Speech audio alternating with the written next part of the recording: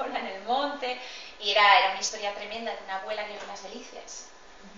Pero más allá de eso, te dabas cuenta, pues eso, los 50 años de una mujer, que nadie sabe lo extremo de sus experiencias y lo límite de sus experiencias y lo callado de sus experiencias, porque nunca había estado como en primera línea de nada, porque tampoco habían podido elegir. Entonces, esta era un poco la intención, es decir, todas aquellas mujeres que por la circunstancia histórica y por la circunstancia cultural, emocional, afectiva, familiar, nunca pudieron elegir qué querían hacer con su vida.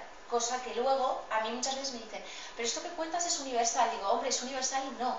Sí que la parte emocional de las historias de amor, de soledad, de reconstrucción, la intención es que fueran universales, que todos nos sintiéramos reflejados ahí, que ni siquiera fueran femeninas, que recogieran un tipo de sensibilidad más femenina, pero que todos la tenemos, tanto hombres como mujeres, que no sea una... Y de hecho es una película que llega también mucho al público masculino por verse reflejados y por ver reflejados también a sus madres, a sus abuelas, a sus...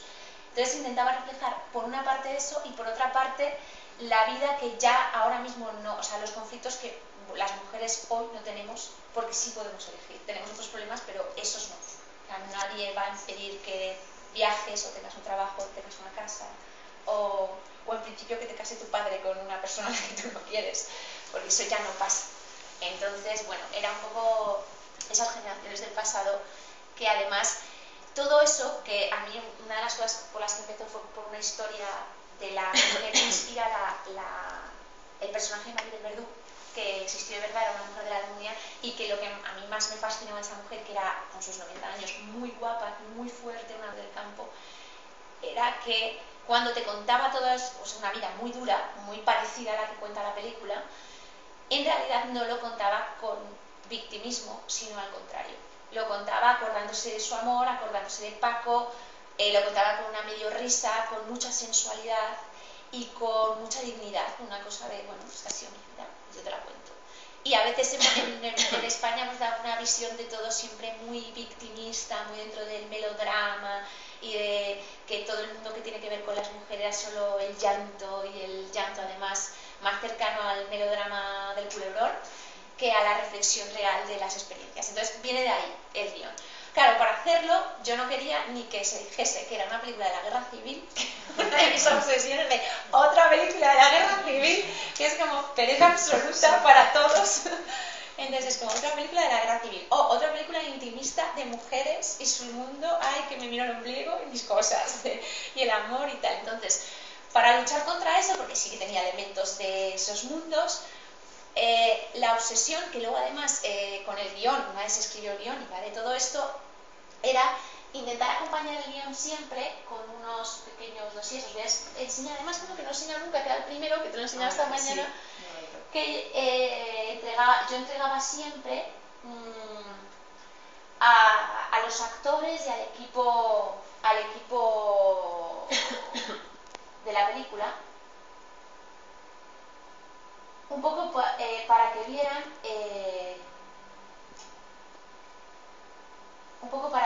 os lo voy pasando, es un PDF, que lo que intentábamos contar se llamaba Violeta se llama Rosa y estaba en el 35 al principio, fijaos. Las referencias visuales de lo que queríamos construir en cada historia, de tal manera que vieran que era una película que más que dentro de una película intimista y realista de los contextos históricos de o la República o la Guerra Civil o la Transición, que el contexto histórico era un telón de fondo y solo un telón de fondo que evidentemente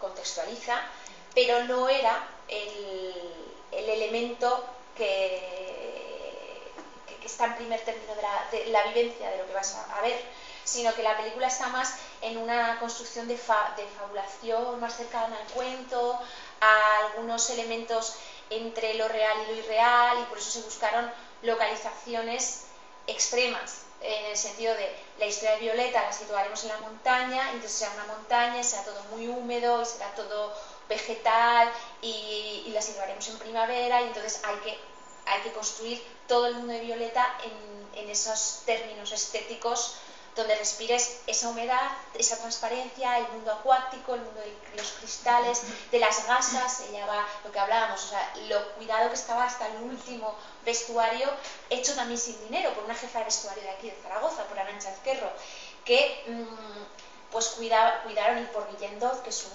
unos hermanos diseñadores de Huesca, que estas son cosas que también es una cosa que reivindicamos en esta película, que cuando al principio nos decían, sí, unos diseñadores porque queréis hacer una película muy estética. Y claro, nos dijeron, gente con toda su buena voluntad, nos dice, tenéis que llamar a Josep Font, es la primera que nos dijeron, ¿sabes? Josep Font, ¿dónde está Josep Font? En París. ¿Y dónde tiene sus talleres? En París. ¿Tú sabes lo que es eso? Manda a coser a París, tráetelos de París. Es como, Josep Font es maravilloso, pero aparte que se nos escapa del presupuesto, no tiene sentido. Y nos pusimos a buscar aquí gente y de pronto encontramos a Guillén Doz, que son dos hermanos que tenían la firma medio en Barcelona, medio en Huesca, y que si os metéis en su página web, bueno, a mí me parecen son una firma de ropa interesantísima. Y ellos son los que hicieron un poco el diseño de vestuario con Arantxa Ezquerro, y un vestuario que yo creo que tiene que envidiar a alguien que lo hubiera hecho en París, y está hecho en Huesca. La verdad es que es una de las cosas que me llama la atención. Y es una de las cosas que se va a preguntar porque pues es cuidado por el vestuario, a mí me pareció impresionante. El vestuario es una cosa que se cuidó mucho, porque era una cosa que también estaba dentro de la película, en este sentido que os decía, por eso el ver este tipo de referencias,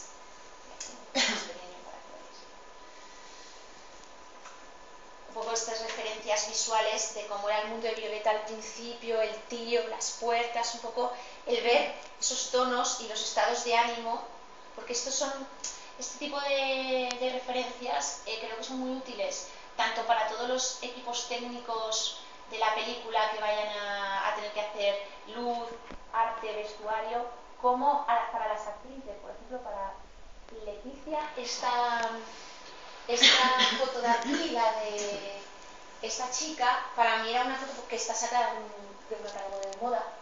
Era una foto era fundamental para un poco explicar su estado de ánimo, sus sensaciones. Una vez se corta el pelo, cómo se quedaba ella con esa especie de melancolía consciente o semiconsciente, hasta que realmente al final es plenamente consciente de quién es ella, dónde está, qué le ha pasado y qué va a hacer a partir de ahora.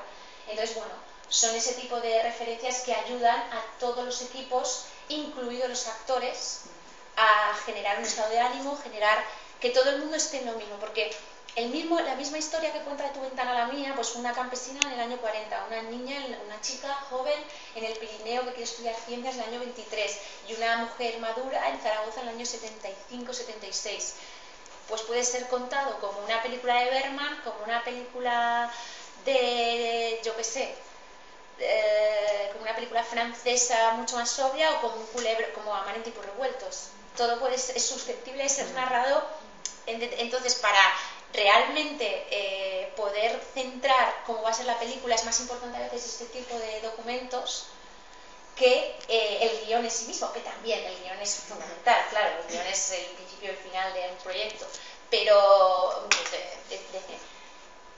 sin guión. Y de hecho esto pasa mucho de sí, tengo un proyecto y tal, y decir, sí, pero ¿dónde está el guión? Hasta que no hay guión no hay película, no puede empezar a caminar una película, pero el guión tampoco es suficiente, necesitas que todo el mundo realmente esté con la misma idea, porque el trabajo fundamentalmente, por ejemplo, por mi parte de la dirección, no es dirigir a gente, sino es mantener la dirección de la historia, es decir, que todos vayamos a lo mismo, y que en un grupo de 50 personas, donde cada uno tiene un área creativa, o sea, una capa creativa, vestuario, luces, pero producción, todo el mundo esté queriendo hacer lo mejor posible lo que lee, pero a veces lo mejor posible puede estar absolutamente distrayendo de lo fundamental. O eso pasa muchísimo con los actores. A los actores tú les das el guión y ellos te van a intentar dar lo mejor, pero lo mejor a veces se sale de madre. Y es como, no, y entonces aquí yo lloro. Y dices, no llores, no, que sí que te voy a llorar y ya verás cómo lloro. Y tú dices, que ya sé que lloras y que es muy emocionante este momento, pero de verdad tienes que hacer un ejercicio de decir, tienes que estar aquí para que lleguemos allí, que es el ejercicio ese de mantener la dirección del barco y de la historia para al final al espectador darle la experiencia completa. Entonces, bueno, este es un poco el trabajo primero de la película, de ir viendo cómo construir pues todos los niveles. Esta es la historia de Inés, que veis, pues funcionaba así como la de Violeta, funcionaba en colores más verdes, colores fríos. Este también era una foto muy, desde el principio, una foto referencial, que es de Sofía Coppola, de las Vírgenes Suicidas. Y era no solo por la actitud de la chica, que también, el verde, la parte romántica del vestuario, etcétera, sino, por ejemplo, porque todo tiende a los colores pasteles azules, incluso el cielo es tan azul, la piel está muy nacarada, entonces eso supone también trabajar con un tipo de luz, de filtros y de cromatismo, partiendo ya en la fotografía y desde la cámara y del formato, que tiende a esos colores, a esas texturas, etcétera. Que luego, cuando ibas a Inés, que es el año 40 y es la mujer que tiene ya 35 años y está como en el verano de su vida y más en el momento de plenitud, ella, son colores mucho más cálidos, texturas mucho más fuertes, colores más en la realidad del color, en el sentido de los otros están aquí. Se rueda muchas veces. Este guión tuvo 8 versiones de guión, que es lo normal en Estados Unidos o en Francia o en Inglaterra para rodar un producto. Aquí a veces se rodan versiones segundas y terceras. Y es un error, pero no porque... Puede ser que alguna vez en la segunda versión esté bien, pero puede pasar una vez, no siempre, y no por nada, sino porque un guión no es solo qué bien está porque he acertado a la primera, sino que es una herramienta de trabajo sobre la que van a tener que trabajar directores de fotografía, producción, tiene que desglosar todo lo que se necesita. Entonces, son muchas las revisiones y las valoraciones que hay que hacer de lo que se tiene y lo que no, para que eso acabe siendo una historia que funcione con lo que hay. Entonces, yo tengo una amiga que trabaja en Estados Unidos en producción, Rosana, en Showtime, está haciendo una serie que se llama Weeds, que igual alguno lo veis. Bueno, aquí no se pasa, pero es una serie que funciona bastante bien allí, es de cable, es una serie de calidad. Y ellos tienen sus códigos de guión, que a mí es una cosa que me encanta. Tienen el guión rojo, que es el primero que sale, el guión amarillo, que es el primero que revisa producción y dice esto no, porque no lo vamos a poder hacer, los guionistas lo vuelven a revisar, el guión azul cuando lo leen con actores funciona o no funciona, y el guión verde cuando ya lo ha revisado todo el equipo y dicen vale, está todo, verde, se rueda. Pero es que hay que pasar más fases y ya, por ejemplo, aquí eso no se hace. Y se nota en las series de televisión cuando dices, hay escenas que funcionan muy bien y hay escenas que son una basura. Y la estás viendo y dices, no me la creo, y es una basura. O sea, es como, si esto lo hubierais ensayado, lo hubiera pasado por todas las fases del trabajo, no hubiéramos llegado a rodar eso. Y de hecho pasa con muchas películas a veces que ves aquí que dices, ¿cómo alguien? Yo muchas veces veo películas, veo películas españolas y digo, pero ningún productor leyó, porque el director o el guionista pues está ahí con su cosa, ¿sabes? Tú a veces te enamoras de cosas y dices, qué bonito, esto es muy bonito, esto es que es muy bonito, pero alguien te tiene que parar en medio y decir, no, se puede hacer, o no, te parece muy bonito, solo a ti.